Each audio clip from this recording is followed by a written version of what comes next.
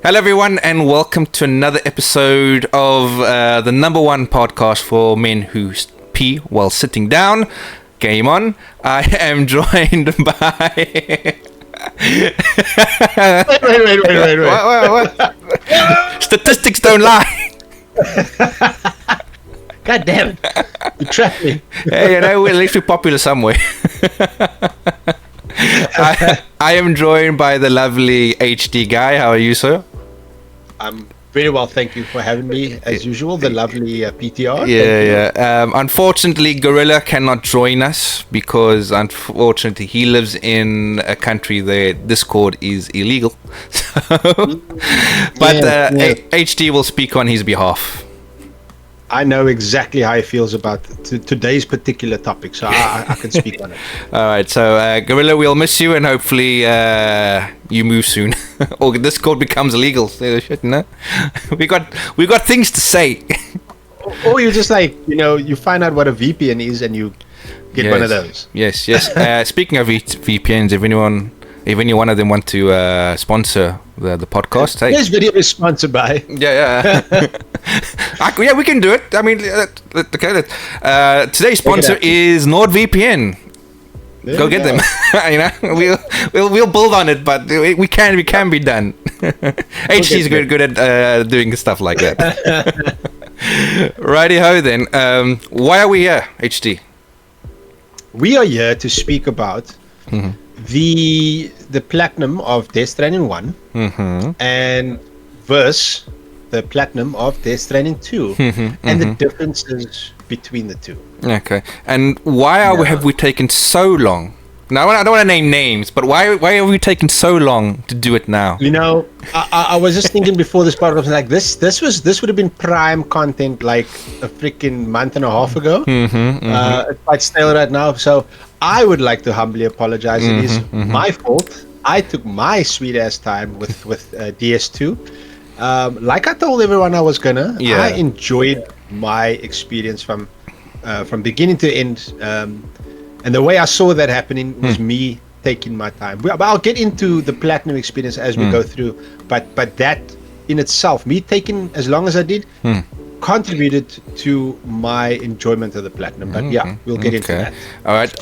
We'll obviously we'll be touching on what story, gameplay, the trophy list. That's why everyone's here. Big spoiler warning. We will be going into spoilers. Okay. So you have been warned. And so, as you said, we're going to compare the first game and the second game. So I've got my questions right over here.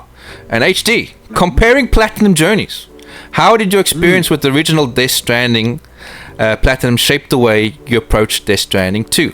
And before you answer that, I just want to make clear that we both have played both games. I have the platinum for 2, and HD has a platinum for both games. So that's where we're standing on everything.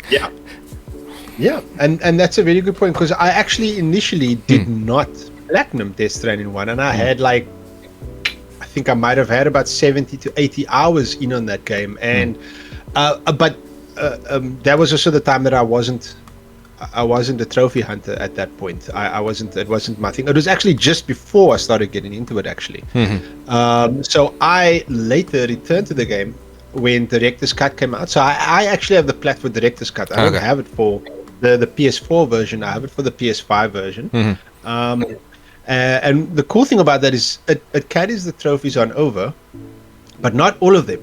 So speaking on behalf of Gorilla, he got the platinum for the first game, and when he auto popped all the trophies, there was a few that didn't pop, and then there was a section there was new trophies in that the Director's Cut introduced.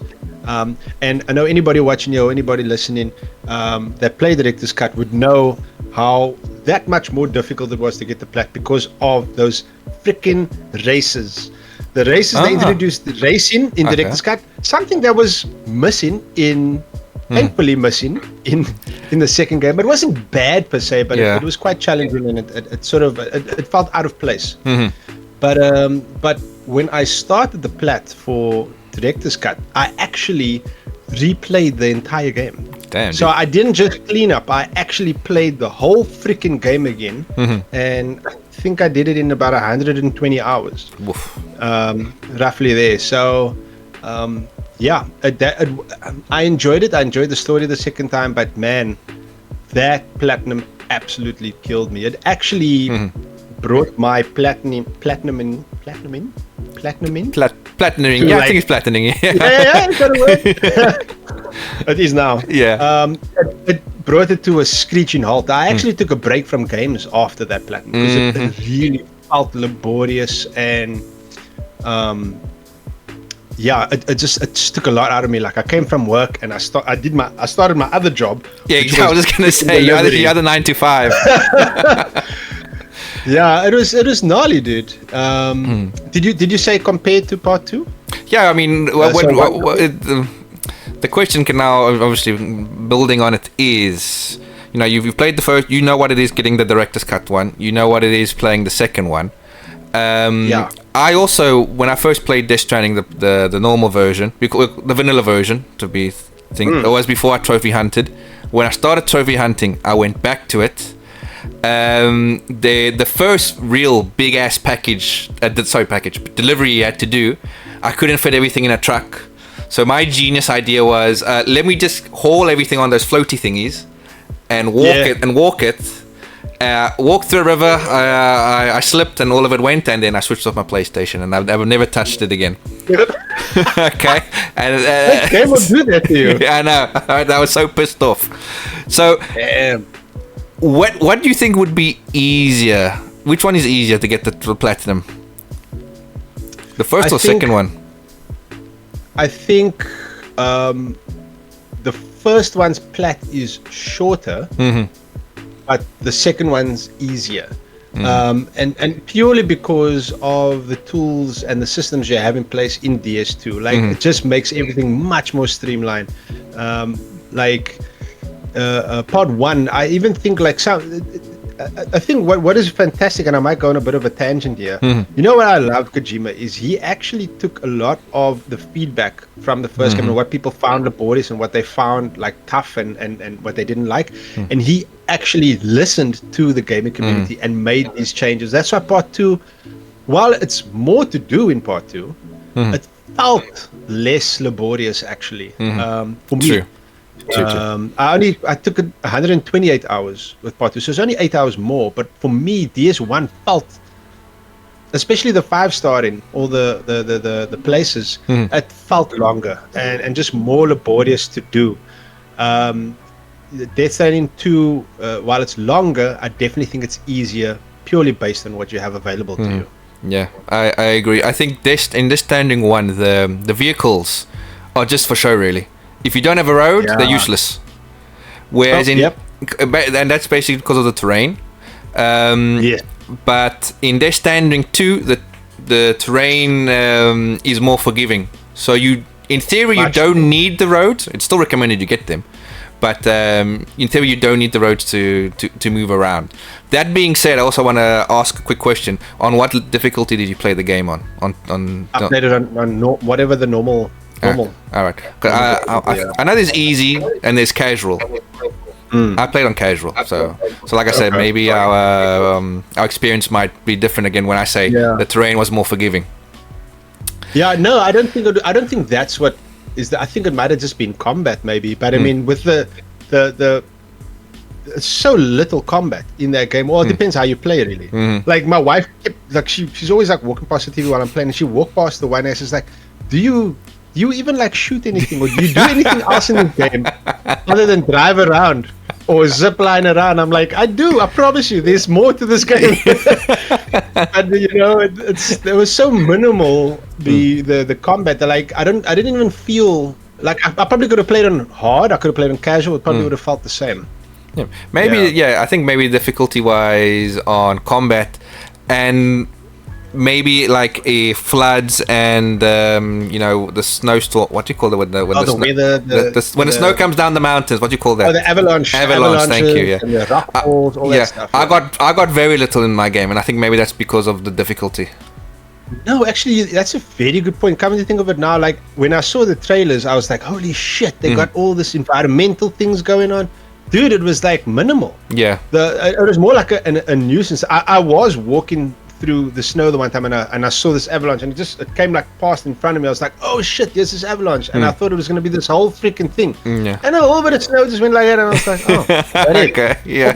But it's more like in the desert area there by the mechanic and the motherhood and stuff. Like as you come in there, and the pioneer, those three. Yeah, the sandstorms. There was a lot of like sandstorms there, and that was like that worked in my tits. And the blizzards in the snow area. Yeah, but I mean, outside of that, the rock falls and the avalanches, it didn't really, or the floods, it didn't really impact me. Yeah. It's nice, but yeah, but like I say, very minimal impact. You're just like, oh, okay, there's a flood. Anyway, carrying on, and just walk into it. And like I was saying, with the feedback that Kojima got, and he improved on it. The one thing that I'm really happy he did was with the trucks. For me, the trucks feel in the second game that you can fit way more cargo than in the first. Okay. Absolutely. Okay. No, you're right.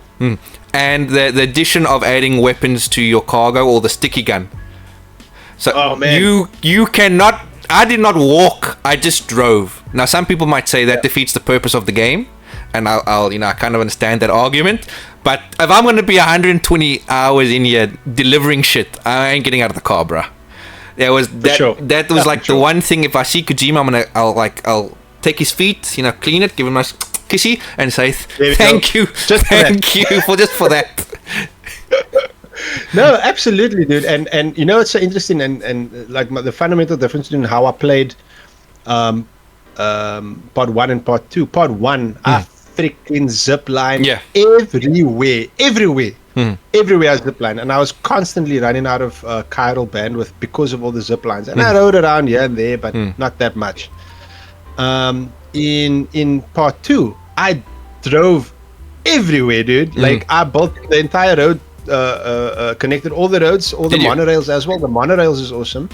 I used it here and there, but the roads, dude, and the pickup off-roader is my shit. Yeah. The only time I had zip lines was really over the mountain. That was it, over and around, and I had just to all the places on the mountain, the snowy mountain. That was it.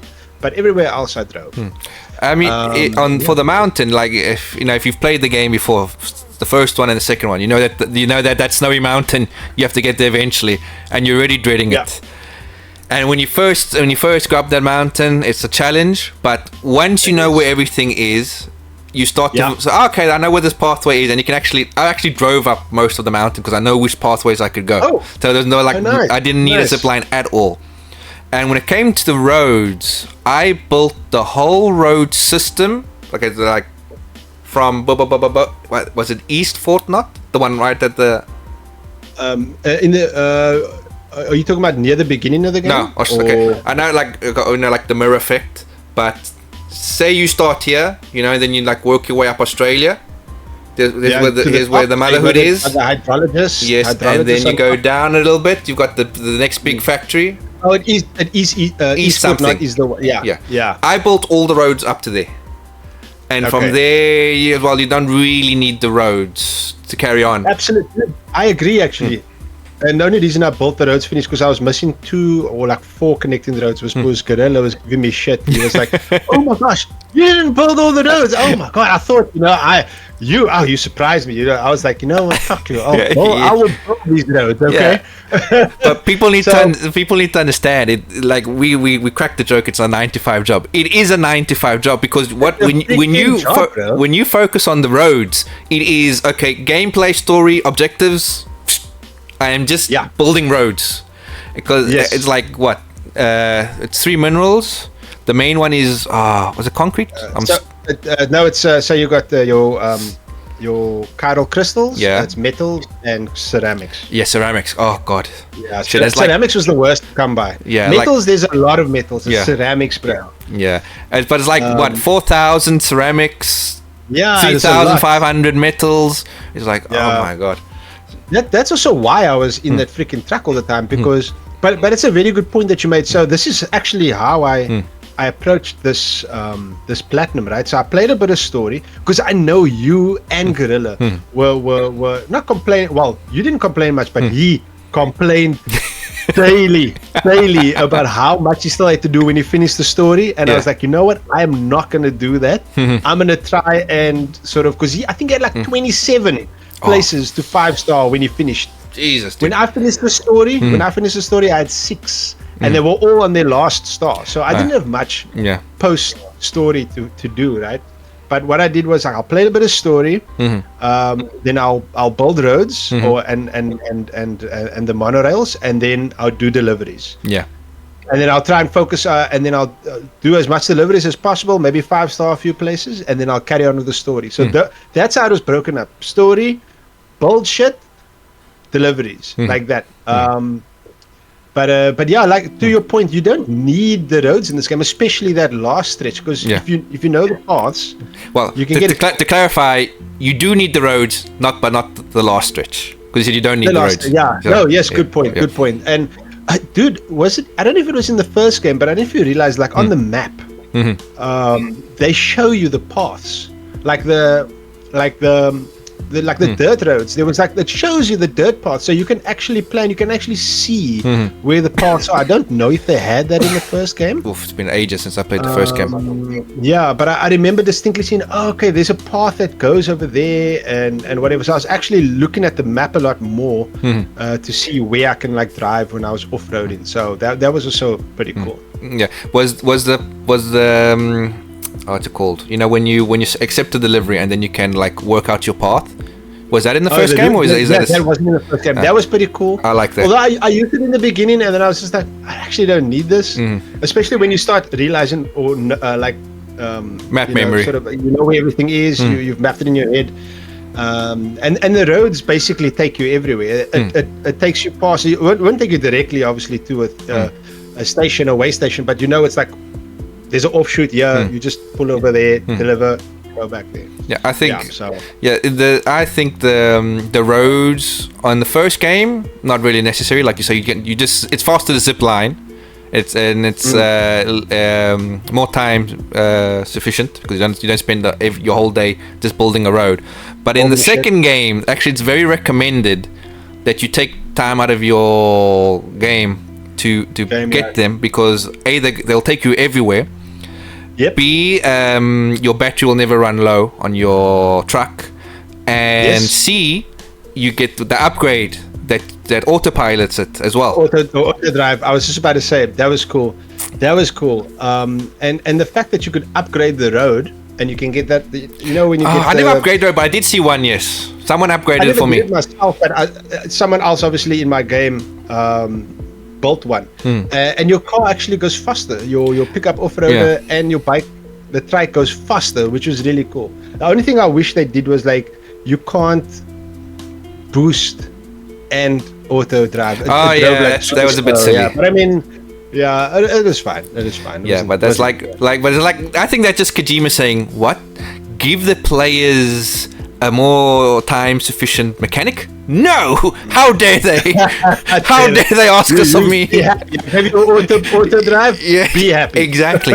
But like that, the auto drive thing was good, as in the sense of like there were times in my game session that I like my fingers were getting like numb of holding the drive button the whole time. So I was like, okay, I need to drive from the whole fucking continent to get to the other side.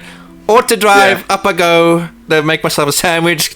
Come back up, like move 10 meters. Like, goddamn, this is slow. Exact same. I would like put it on auto drive, and I'll go make me a cup of coffee, go inside, do something, come back, because then it will stop at the end of the road, wherever. But yeah, no, I did the exact same. But it's funny because the Kojima being Kojima, he would build roads either going right through a mercenary camp or right next to one. So if you weren't careful and you left it on auto drive, you come back, your car's exploded. Yep. Because you gotta dodge, because they'll throw nades and stuff. I think you drive through two bases. There's the tunnel one. The tunnel one, and the one just past that. And then the hydrologist is on the top, and then it's at the bottom. Yeah, those are the two big ones. So that was cool. Okay, so knowing what you know now for 2, basically, if someone came to you and say, okay, I want to get the platinum for 2, how should I do it? Should I just streamline the story, then clean up, do I clean up while I do the story? You know, how would you suggest it to someone? Yeah. I would only suggest it in the way that I did it, to be honest, because the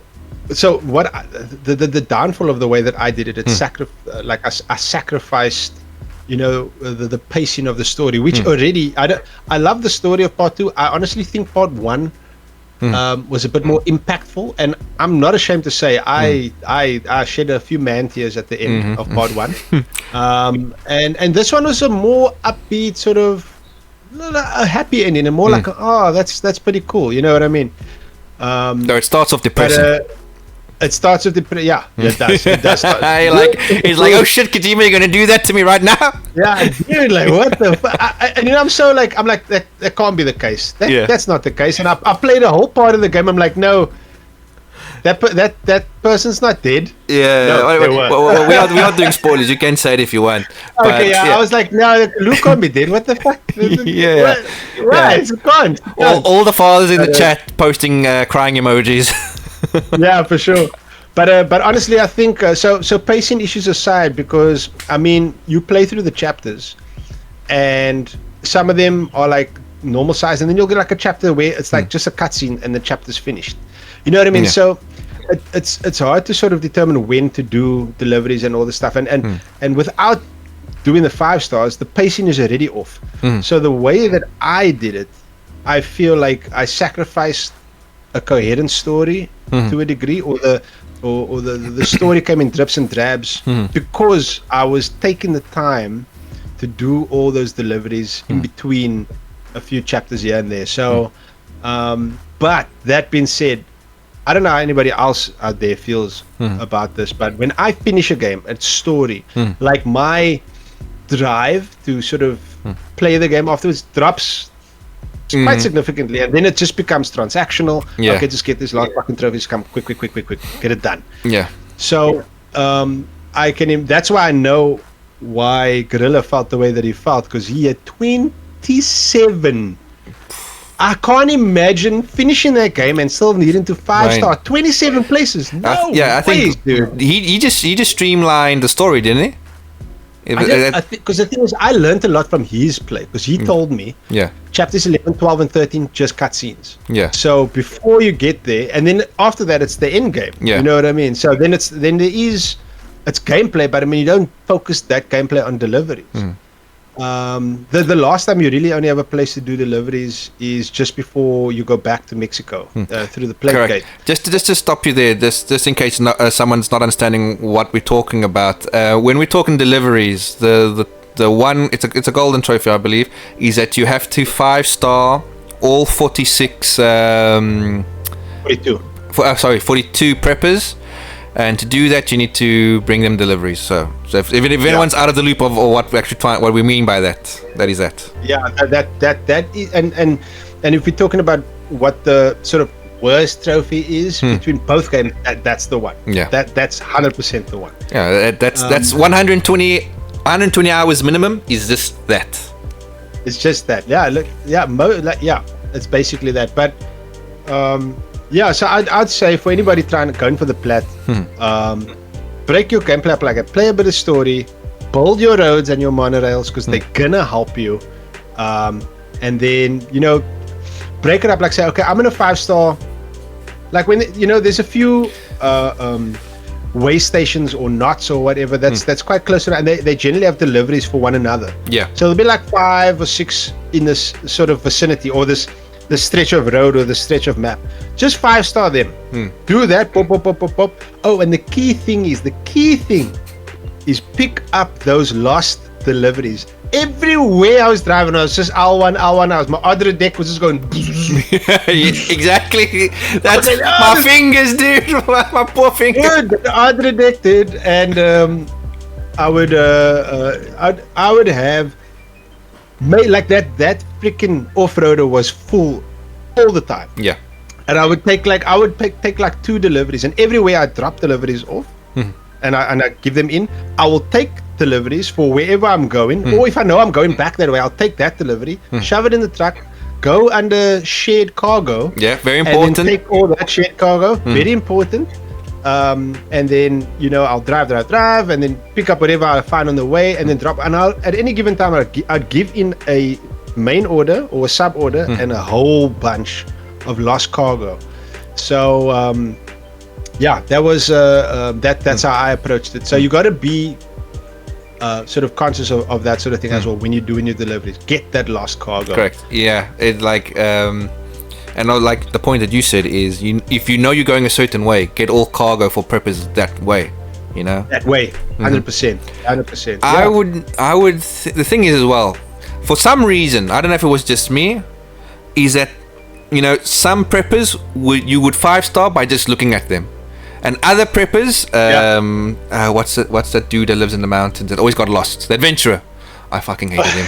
Oh my god, that dude worked on my tits. Like, dude, stop getting freaking lost, dude. Yes. What the hell? When he got lost on the peak of the mountain, on the top of that mountain, I was like, dude. I was like, fucking Kojima, why? But it was like him. There were others, but he was like the main one that you could roll up with like 5 trucks full of cargo for him, and he would that much. A little bit, yeah. Yes, and that would annoy the shit out of me. Like the fisherman, I like did maybe like 6 deliveries, dude, and he was 5-star. Yeah, dude, probably 6, and he was 5. Yeah, and then and the last one was the Lord of the Tar Lake, the boss, which is for a trophy. Yeah, very quick, dude. And and that was the one thing I don't understand. And I understand that like some of the preppers, there's an obligatory order that you have to do to 5-star them.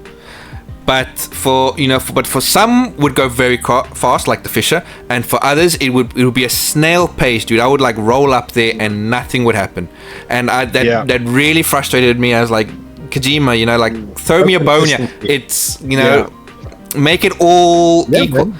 You could have at least shaved off 20 hours of this game. You didn't have to make it that long. 100%. I agree. That I think the metagenomicist, she was another one. Oh god, I hated her as well. Yeah, she was just above the fisherman. Yeah. I'm trying to think what other ones. Oh, the East Fort Knot. Yeah, he took his time. He took long. The mechanic as well. I think for some of the reason the mechanic. No, the mechanic was alright. The okay. data scientist I found very amusing. Data scientist was that it was amusing, but that one also took long. Data scientist also took long, and the South Fort Knot. Is it South Fort Knot?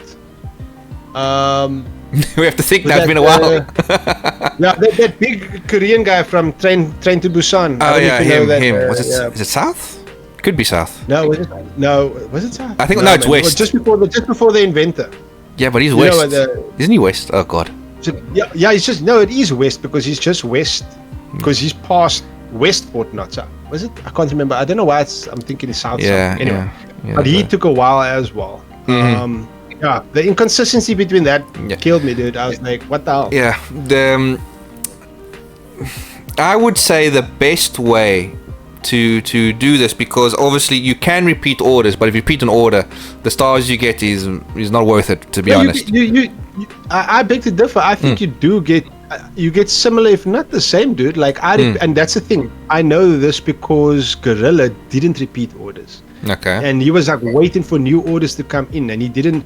And that's why it took so long for him, dude. If you have an order, and it's in the direction where I'm going, I'm freaking taking it. You know what I mean? Whether I took it or not.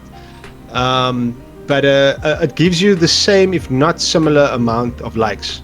Okay. So you can repeat orders. You, in fact, do repeat them. Yeah, I'm not saying. Don't wait. Yeah, I'm not saying don't repeat the order, but for you, it was a different experience for you. But for me, it felt that I didn't get the same likes. Maybe because it could be that in that sense, when I delivered that order, I didn't have lost cargo for it, and the lost cargo also, like the lost cargo is what pushes those likes up. How I would go about it, if I had to recommend this to someone, I would be like, play the story, keep the 5-starring the preppers in mind, try and get all preppers to level 4, and then advance the story a little bit, because as you advance, like what the mechanic, which would be on the one side of the map, would probably have an order for the governor at the beginning map, and that will help you push those likes. So I would go about that, but then you have to say, okay, well, these are the preppers that you actually have to 5-star before, like the gunsmith. That guy has to be 5-star at the beginning. Gunsmith? He's on top. He's on top of the governor. Oh, you mean the lone ranger? The Lone Ranger, survivor. Yes. Sorry. The Lone Ranger. Yeah. You need. He gives you guns. Yeah, he gives. Yeah, so it's close. Yeah. He's a gun guy. Yeah, he's a guy. He's a gunsmith, Lone Ranger. Potato. Hey. In my household, we do something. We go same, but different. But still the same. 100%. Thank you, James Franco. Somebody like, he's not the gunsmith. He's the Lone Ranger. He's like, I'll be like, okay, but what does he give you though? Yeah. What does he give? How do you make them gun? He be smithing in there, goddamn. Get out of here, banned. For sure. I hear you. All right. Okay. Just something I want to add to that as well. When making deliveries, prioritize the big deliveries because those are the ones that give you the most amount of likes. And that being said, so when you're going for the platinum, be very wary of the extermination and destruction. Oh God. Missions. There is only X amount, and it's actually, I think there is only 10, dude. No, I think there's only 10. Destruction count as well to it, if I'm not mistaken, but you're looking at like 10, I think 12 eliminations and maybe 4 destructions. Yeah. But remember, I don't think the one was the that you did for the Ghost Hunter, the Headless Riders. Oh yeah. Right? That was a suborder. That doesn't count. That's an elimination mission, but it doesn't count. No, that doesn't count. Oh my God. It's only the that was a main mission. It's only the suborders, the ones where you get like Legend of Legends. Yeah. Those are the suborders, but normal story missions where you just get normal S, those ones don't count apparently. But there's only X amount of them, and they do respawn. If you don't get what we're talking about here, what H is talking about is a trophy where on minimal casual difficulty you need to get an S rank or higher on 10 deliveries, 10 recoveries, 10 recoveries, and 10 eliminations or 10 destructions. And so obviously because of very little destructions and eliminations, 10. So on casual it's pretty easy. On hard I wouldn't know. Yeah, no, it's okay. It's okay. The elimination's okay. The key thing is also if you take that elimination mission, and so this is actually something I experienced. I started at, I think it was, I don't know what one it was. I think it was F5, the F5 knot. He's the dude after that big crater. So there's the big crater where the fisherman is. Yes. Okay. Then just south of him, there's that big one there, and then Mr. Impossible. If you go left, then Mr. Impossible's there. So that guy, he has an elimination mission, and his elimination mission is to kill a large BT, which is on the fisherman side. Yeah. But now I took that and I drove to the mission. But before that, there was these other monsters that I killed them, and they injured me a bit. And then when I actually got to doing the mission, I didn't get touched. Kill the monster. Always roll with the lightweight rocket launcher. Always. Yes. 4 or 5. Keep that shit in your backpack. Yeah. That's the best. Who gave it to you? What's his name? By the mountain. Who that gives you the rocket launcher? He gives you the light rocket launcher. He's on the way up to the mountain. Is it not the Phantom guy? Is it the Phantom Smith? Phantom Smith? Is it Phantom Smith? Yeah. Or it's him. It's Phantom something. That's another people you need to 5-star straight away for that rocket launcher alone. Yes, no, it's the best, dude. And I went back and I handed it in. I got a C freaking ranking. I was like, what? So, long story short, any damage you take between taking that mission and completing that mission counts towards the mission's damage. So, yeah, just be mindful of that. I have a story. I have a story like that as well. Whereas I accept an elimination, right? I did the elimination perfectly, but because when I play, sometimes I play like I can only play in the evening, like late evening, like 11, 12 o'clock. I'll play for like 2 hours and I'll go to bed. I think what I might have done is done the elimination, put the console on sleep, went to bed, and when I came back, I went on with my gameplay like for a few days, dude. Oh no! For a few days, and then I realized, holy shit, I've got elimination to hand in. And when I handed it in, it's like, like one of the things is like, don't get 5% damage, and that. How much damage did I get? 100%, because I'd been fighting and doing all that during the time. Like, oh, what the fuck? How did I miss this? Yeah, but it's crazy. Yeah. But that, you're right. You're 100% right. The minute you accept an order and it says that you can't take damage, any damage you take getting there. Now. Yes. 100%. All right. So that basically covered. Sorry. Finish. No, I was just gonna say, for some reason, I wasn't a big fan of the recovery missions. Oh yeah. I don't know what it was. It was just like, but they give you good likes though. Yeah, give you good likes. Or depending on the size. Yeah. Sure. Well, we've just been speaking about the second question, which I think we've covered over quite well, with the balance of gameplay and grind. Let's go on the impact of the story and the world building of the Platinum. As Kojima, all games always blur the line between gameplay and storytelling. How much does the narrative weigh on Death Stranding 2, making the grind for trophies feel more meaningful or tolerable? And in the sense of, does the story, make it worth this grind? What do you think? Yeah, I think both games. So first of all, I think it's key to mention that Death Stranding 1 is one of my favorite games on PS4. That's how much I love it. And I played it during COVID, so like you can imagine, it's a very lonely game. It's about connecting people. It's quite on the nose. I can go outside. Yeah, exactly. Yeah, everybody's stuck inside, and there's portals, and it's literally that. The delivery people were the essential people during COVID. You know what I mean? So it is literally mimicking real life right there. And so that story was really impactful, and I felt very lonely playing that game, and sometimes when the world is just empty, you feel that loneliness. And I think a big difference to the narrative and the way I felt in the second game is you have a freaking squad this time. You got a team. The Magellan follows you around. You can go, you walk through Magellan, and just like small things like going to the shower and you walk past the hall, you'll see someone. Hey Sam. That fast track. What is it? Fast track? What do you call it? Fast travel. Thank you. Dude, I can't speak today. The fast travel mechanic as well is something that I'm very appreciative. If you use it, you get less likes if you're delivering, but to move around faster is appreciated. Absolutely. So talking about that's fast travel, but also when the Magellan's not being used, I use the freaking monorails to get somewhere. Then I'll just jump on the monorail, I'll go do something and go. I just wish you could skip the monorail animation, or the journey.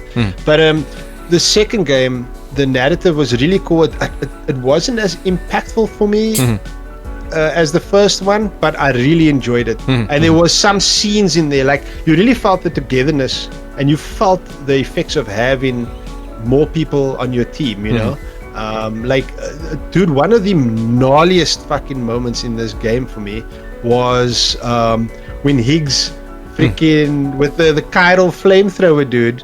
Oh, yes. Sam, and he repatriates with chiral stuff on him, and then he just combusts again.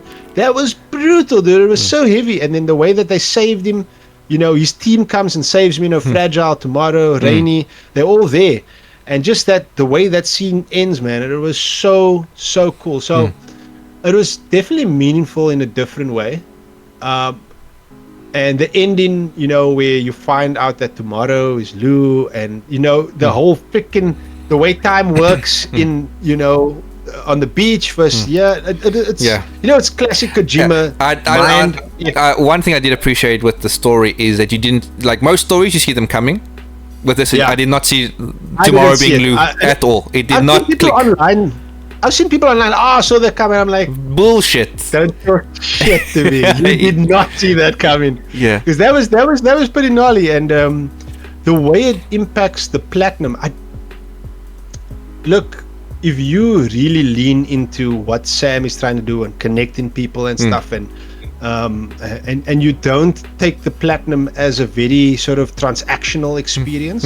Like I was Sam Porter Bridges, bro. I was like, these people need these deliveries. They need these things. I need to get these things to these people. You know what I mean? Like I really immersed myself in that world, and I think it all depends on how easy it is for you to immerse yourself in the story, and that will determine how you enjoy this plat, because the trophy list isn't difficult on neither games. It's just the 5 stars that can either make you or break you, dude. The problem is like I agree 100% with what you're saying, but for me it's the in-game grind, dude. If you will say what you just said, and at the end you'll go, but if Kojima could have just said, okay, let's save them 20 hours of fucking grind, we would be like, holy shit, the platinum, the story, because to get the platinum you need to maybe do the Ghost Rider thing, which you probably would have never have done. The discovery of the Ghost Rider, I won't spoil it here, I'll let people discover that. Nothing fucking mind-boggling, but you go, oh, okay. Cool, it was cool, yeah. And that's the one thing I always say, if you're going to have the trophy list needs to integrate. It has to be nice with the story as well. You can't have like a really great story that you fucking love. Okay, now I'm gonna go for the platinum, and oh my god, this is fucking terrible torture. In the end, it stains the great gameplay and the story. Absolutely. And again, speaking on Guerrilla's behalf, because he was ahead of me in the story, and he was like, dude, you're gonna love, the story is crazy, blah, blah, and he was having such a good time. And then when he got to the end game, dude, all the time, like every time I spoke to him, he's like, God, this is killing me. Like the grind almost literally killed that man. I'm telling you. So I 100% agree. Like I think that, like, for me personally, I don't know why, but I didn't feel the grind was that bad in the second one compared to the first one, even though you do more in the second one. It's weird, but I think it's, like I said, it's got to do with the way you can do deliveries in this one, and thankfully we have that music player, and I'm just like again, driving around listening to the music and just I think, I don't know, maybe I just mentally prepared myself better because I knew how the first one was. Because the first one, the grind killed me to the point that I stopped playing games for like a month after, because I felt disgusting after that freaking platinum, bro. Only a trophy hunter will understand what you're saying when you... Oh yes, no, it was it was bad, bro. So did Death Stranding 2's platinum mess the story up for me? Kinda. Like it does. It interrupts the flow of things. I really feel, like you said, if they shaved off 20 hours of worth of delivery, so they made the likes that you got more consistent. Like you could upgrade. You can let us 5-star all 42. It's fine, but let us do it quicker. You know what I mean? It's like you say, we have the standard orders and we've got the big orders. They obviously give you more likes. I think Kojima should have said, all right, listen, if you do standard orders, 10, 15, if you do 10, 15 standard orders, you'll 5-star something. And if obviously you do like the big ones, then we can half that. It's because, how can I say this? Once when you're playing, you're delivering here, boom, boom, boom. When you get that 5-star, when you get the patch, which the patches are actually pretty cool, I have to admit. I was rocking all those patches at the back of my thing. Like it fulfills you. Like, shit, yes, let's go. Yeah, man. And that just motivates you to carry on. But then you'll hit that wall like the adventurer, and it's like, poor noises, and when you finally get it, dude, instead of being like, yes, let's go, it's like, oh, fucking finally. God, when will this end? It completely changes how you feel about the thing. I feel the same way, especially about that adventurer. But something I realized, it's the adventurer, Ghost Hunter, Mr. Impossible, and there was someone else. Terminal Fort Knot. Those 4, you cannot 5-star them.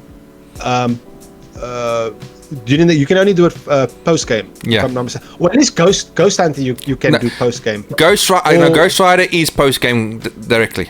Yeah, you have to, because you have to switch your Cupid off. Yeah. But there is, because there was a time I brought this freaking used delivery to the adventurer, and but listen, it didn't go up at all. I know, like at all. You're speaking to the choir, yes, son, or preaching, because they don't give you any, but they don't tell you this. Yeah, they don't tell you this. I got no likes, and then I realized, wait, is this one of those things where I have to progress and then come back? And it was, because some of them like the adventurer or the fisherman or whatever, they got, and Mr. Impossible, you get them to X amount of stars, and then you got to do that mission for them, which is the last. That takes you to 5 stars. So that's why I said, if I had to recommend it to someone, I would say get everything to 4 stars, advance the story. I like to say Australia is 4 sections, like the starting area, then the top, and then blah blah. I would say 4 stars a section, advanced story. 4 star that section. If you want, go back and clean up. Yeah. And then do that. And I think maybe it would be, we wouldn't run into the potholes. That person wouldn't run in the potholes that we ran. Yeah, 100%. That's why we're here. We're trying to make it so that your experience is better than ours. 100%, and I attribute my experience to the stuff that I learned from you and from Gorilla. Although otherwise I would have fallen into those, I would have had those pitfalls as well. And I'd, like, he literally said, don't do this or do this, and I did it and it helped, or I didn't do it and it helped. You know what I mean? So, that definitely did help in streamlining my experience. I was going to say, but before I ask the question, I'll say my thought. In the game, does any NPC specifically state that like, obviously don't advance the story? How would I say it? Like, does someone like drop the hint that to get more deliveries to open, advance the story and upgrade other? Yeah. Nothing. That's what I'm saying. Like, you don't know it. Like, you're just like, why am I not getting likes? Yeah. And you kind of put 2 and 2 together. Okay, I think I need to progress here now. So yeah. But the thing is, the two plus, you put the 2 together after hours of grind, going nowhere, and you're like, oh shit, I've just wasted 5, 4, 6, 10 doing nothing. Yeah. Yep. 100%, dude. Well, going back to story, because which game had better music? For me, it was the first game. It was the first game. Although I love, and I'm listening, because I still, till this day, like, if I'm at work and I know I've got like a nice large bit of work to do, and I just need to focus, I will put on the Death Stranding, like, just there's a video on YouTube. It's called Death Stranding soundtrack and ambient sound, whatever. But it's basically all the Low Raw. So Low Raw were the main guys who did the soundtrack for the first game. Essentially what Woodkid did for the second game. And it plays the ambience of the game and plays all the Low Raw music. And dude, nothing beats coming down. I think it was the first knot, like what is it? In the first game. The first game, and you come down this hill and they play Asylums of the Feelings, Silent Poets. Dude, absolute cinema. Yes, absolute cinema, dude. It's just so cool, and I think, but he used the music more sparingly in the first game. Yeah, and the second game, I think it was a fantastic addition. The music player, I loved it, and every time a music plays, it unlocks, and you can add it to your music player. That definitely helped with deliveries. But that being said, first game introduced me to essentially one of my favorite bands, Churches. I absolutely like. They were my COVID band. I love Churches. I remember, well, like you say, when you first go down to the first knot, and you see it, and that music hits. And then music that is engraved in my head. 10 years. Yeah. Well, no, not well. No, how long has it been? No, it's been, I think it's 2019, so 6 years. 6 years, sorry. All right, so that's still engraved. That's still engraved in my head, dude. That is, like you say, absolute cinema. The music here was good, but I think I think he knew he couldn't hit lightning, couldn't hit twice in the same place with that. Look, that being said, I think Woodkid who predominantly makes all the music in here, along with all the other tracks. They brought in another Churches song, Nightmares, which is on one of their latest albums, Screen Violence. Again, love Churches because of Kojima. Yeah. And Churches actually showed up as the Animal Shelter. Yeah, Animal Those Shelter. three. I didn't know it was them, but I saw on Twitter people talking about it. Like, oh, shit, really, it's them. Yeah, there we go. So, and they made obviously the song Death Stranding for the first game. Which is this game's To the Wilder, To the Wilder was the main song in part 2. But I absolutely think that each soundtrack gives their respective game its own identity.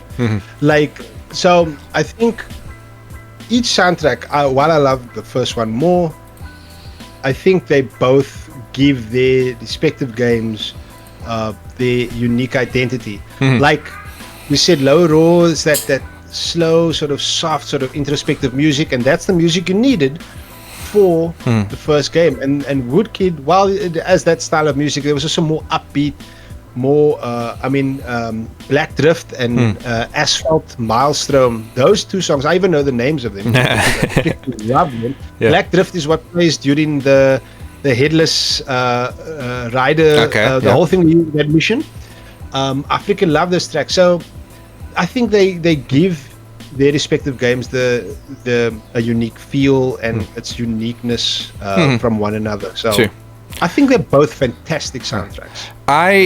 Well, there's another thing. Like, there's a good question, a random thing to jump in there. Like, for me, when I was grinding this platinum, like we say, you'd hit that wall and it was like, oh, when will this be over? I actually used the Wilder, the song.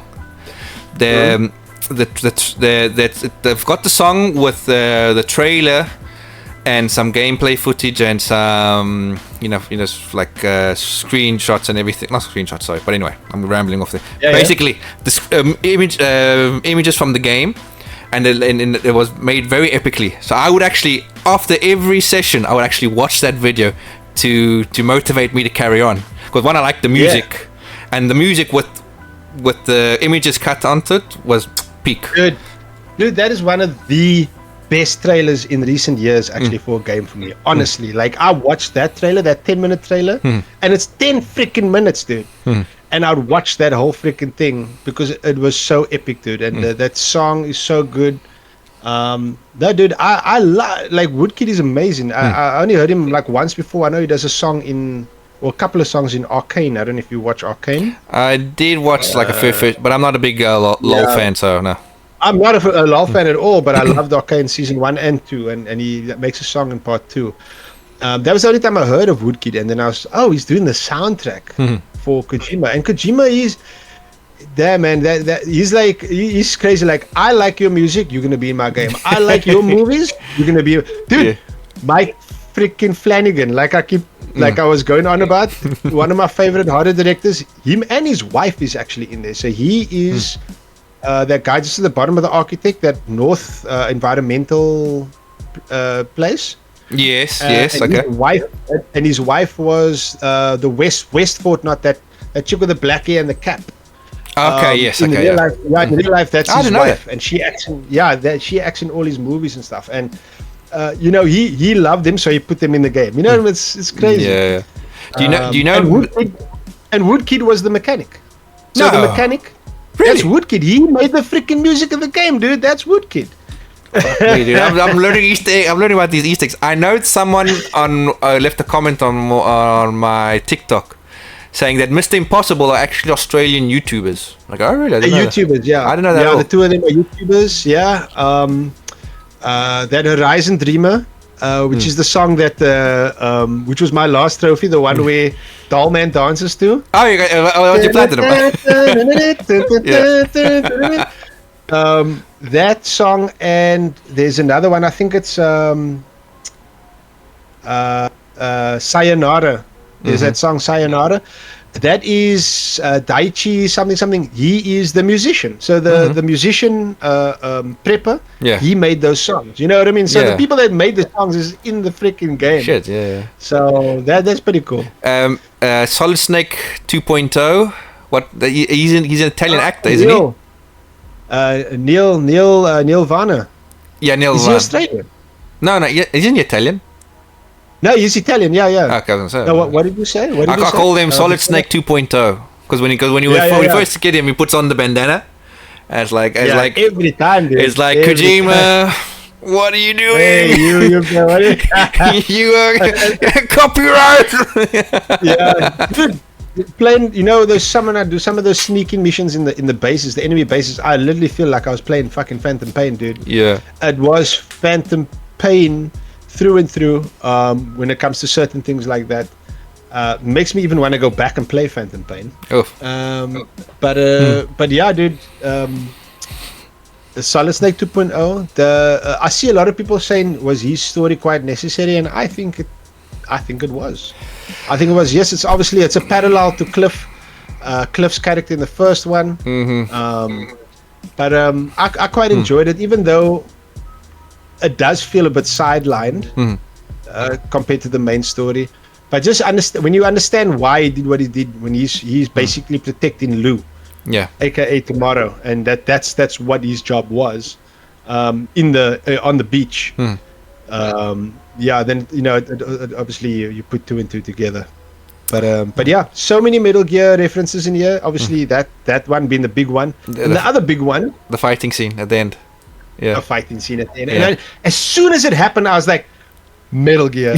Metal Gear. Solid Snake was Liquid Snake. Solid Snake was Liquid Snake on top of Metal Gear, and I'm like, Kojima, bro. Yeah, I was half expecting Ocelot to come around the corner like, Liquid. Give back my arm, you motherfucker.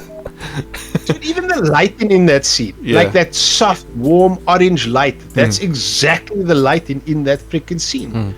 Two freaking shirtless guys fighting on top of a huge thing with a orange lighting in the background. It's fucking Metal Gear, bro.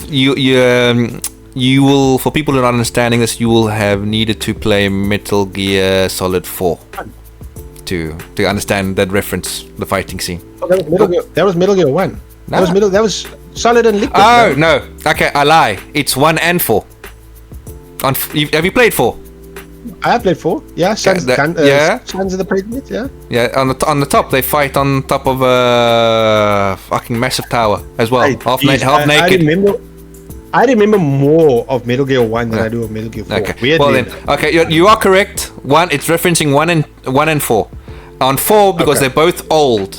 They're punching it out, and they've got adrenaline. And what makes it? Yes. I remember that now. Yes, they both got adrenaline in their hand, and they look at each other, and they're both adrenaline each other to carry on the fight. Yeah, I was like, yeah, for sure. I'm gonna kick your ass, but that was pretty good.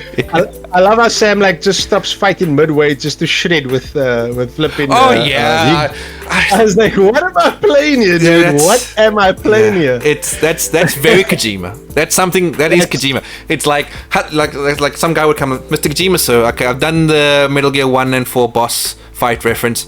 What do you think? It needs a guitar in there. I was like, excuse me, what? Yeah. I want these fuckers to shred. Alright? I mean, they're already shredded with the abs, but I want them to shred some more. It's like... Yeah. Kill it, dude. It was awesome. That was so cool. Bless. Yeah, okay. So, well, moving on to the next one. Moving on. The second last question.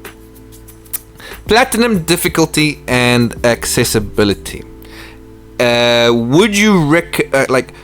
Would you and who would you recommend this platinum? The platinums for the first one and second one, if you want both games. And another question would be: do you think it's a good platinum for beginner trophy hunter?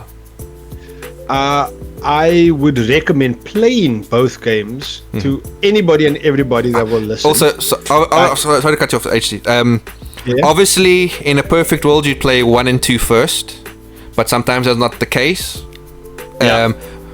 What order would you recommend playing in first? I know that might sound silly, but for me, 100%. I would say if you play Death Stranding 2 first, do not go to Death Stranding 1, because you will be frustrated with the less mechanics in that game. That's what I'm trying to say. But it's more stripped down. It's a more stripped down experience. Yeah, absolutely. I actually, funny that you mentioned that, because I did see a post. I was just googling it earlier, and I saw someone post they just played Death Stranding, the first one, They were same story as us. They weren't platinum in that time, and then they finished Death Stranding 2, got the platinum, and they were thinking of going back to 1 and cleaning up. And I was like, "Don't do it, dude! Don't do it!" If I recommend this, I'll recommend this game to anybody and everybody that will listen. But that's just playing the game. I would only recommend doing this plat to someone who is a seasoned trophy hunter, and purely because agreed. I think when you are a trophy hunter for a while, you develop certain habits, you develop certain ways of thinking when approaching certain trophies. You can mentally prepare yourself for, okay, this is going to be a marathon. It's not a sprint, it's a marathon, and you can sort of do like mentally pace yourself when it comes to certain things. Whereas as someone that's not a trophy hunter, you don't understand. You haven't done the grind of certain games. I think someone listening to us now who doesn't hunt trophies be like, what the fuck are these guys talking about? We've lived it. Conversely, people who are trophy hunters will know exactly what we're talking about. And there's always those games that you felt the pain. You've really felt the pain. But half the cool thing about trophy hunting is just persevering and pushing through and then getting it done. And yes, sometimes this is going to be like, oh God, I'm so glad it's finished.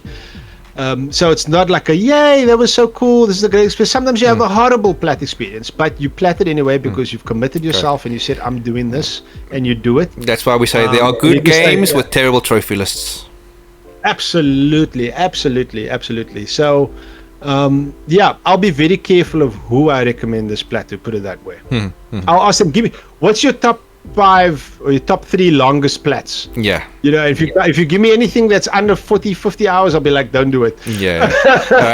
You for people who want to get this platinum, if you are new to trophy hunting, do not go for it, because you are not mentally prepared, like you said, HD. I don't know, maybe do it and see. I mean, I'll put it this way: if you are, it can be done. It can be done. Yes, it can be done. If you do this, if this is your first plat, then put it this way: all your next few plats will probably be much easier, or less laborious. Look, it's not a difficult plat; it's just long.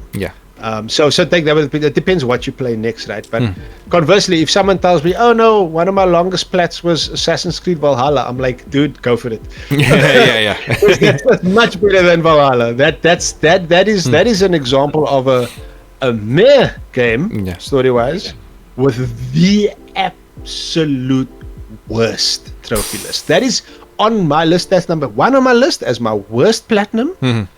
On my list, that one that I actually regret. I forgot to say, sorry to cut your word there. So one trophy that's missing, which I'm very thankful for, in Death Stranding 2 verse 1, is, and I only remember this when I did a bit of research earlier, is the memory chips, dude. Oh yeah, no collectibles. The memory chips in the first one. There's no collectibles in the second one. Thank God. Thankfully, there's no collectibles. There is more sort of dynamic trophies, like killing certain bosses or doing certain things for certain places, but thankfully there's no collectibles. I also want to just jump in and add that, like, some people will think, oh, okay, it's just a long platinum. That they're just bitching about it. It takes too long. No, a long platinum, which obviously is grindy, like you say, when you're playing the game, you're thinking of the trophies in your head the whole time. And it might sound silly, but that's mental burnout, because you'll be like, okay, 42 preppers to 5-star. You're going through the motions, and then those intrusive thoughts start coming. Oh shit, I've still got the preppers on the east. Oh shit, I got to do this, I got to do that, and it builds up, and it can get frustrating. And for new trophy hunter, that's what we're trying to make very clear, that you are going to burn yourself out if you're not experienced enough with this. I mean, we've been through it. I mean, if you want to go for it, and just go balls to the wall and gain that experience straight away, do it. But it's not going to be easy. Power to you. Yeah. No, I get what you're saying, dude. 100%. It's but I tell you, and this is something that way I think trophy hunting can really benefit you in real life. And I know some people will look at this and be like, "That's a fucking stretch," but honestly, to break something as big as Death Stranding's trophies down, well, not the trophies, the one trophy, and to compartmentalize it and be like, okay, I'm gonna do X today, X tomorrow, X the next day, and so on, and break it down. That is really that you're developing a skill. You are flexing a muscle in your brain that allows you to sort of take large pieces of work and break it down to manageable chunks, which is something you can use in everyday in your life, in your job, at home, wherever. So that is how trophy hunting can benefit you. Play more games, people. Play more games. Yeah. But yeah, no, it's not a key thing. Yeah, one-liner for Death Stranding 1 and 2's trophy list. It's not a sprint. It is a marathon. Yeah. It is not a sprint. It's a marathon. It's not going to be quick. It's going to take a while. So pace yourself. I would probably say play the first game just for the story, and then platinum the second game.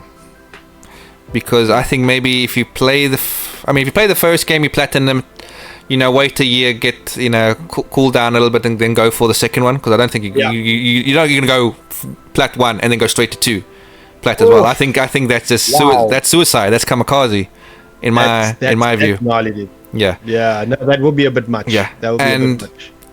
Like Resident Evil, you don't have to play them in chronological order. I mean, to understand the story, yes, but for the platinum, doesn't really matter.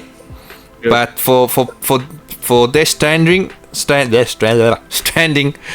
if you've played 2 and you've platinum 2, if you want to play 1, play it, but don't platinum it, because the mechanics that are vastly improved in the second one, making life much easier. Everything is improved. That's the first one is completely stripped down. Yeah, just to end off that sort of thought around the platinum experience and how I'll recommend it. I'll also say this is something I neglected to mention earlier, is because it's actually on my screen here and I forgot to look here to the left. Big fundamental difference between the one trophy, the 20 Legend of Legends that you must get on the second game. So the 20 or 30, sorry, I think it's 30, 10 normal deliveries, 10 normal, 10 recovery, and 10 elimination. Yeah. You can do that on casual or higher. Yeah. On the first game, you have to 5-star and do premium deliveries, and it has to be, you can't get S ranks, you can't do Legend of Legends on anything under hard, so you have to do them on hard mode. And I think that is another roadblock. There's 39 facilities. So, and I think you have to do, I think it's 80 deliveries. I think it's 80 deliveries you have to do on S, a Legend of Legends. So that is, to level up 5 stars and combine it with 80 premium deliveries, bro. Damn, dude. So right there, it tells you enough what you need to know. The first one, while it is still a lot in the second game, it has been, that at least thankfully has been stripped down quite a bit. So yeah. I mean, we are up for a challenge. We don't want to get the trophies just handed to us, but don't kneecap me while I'm going for it. Basically, for sure. Is the sense. All right.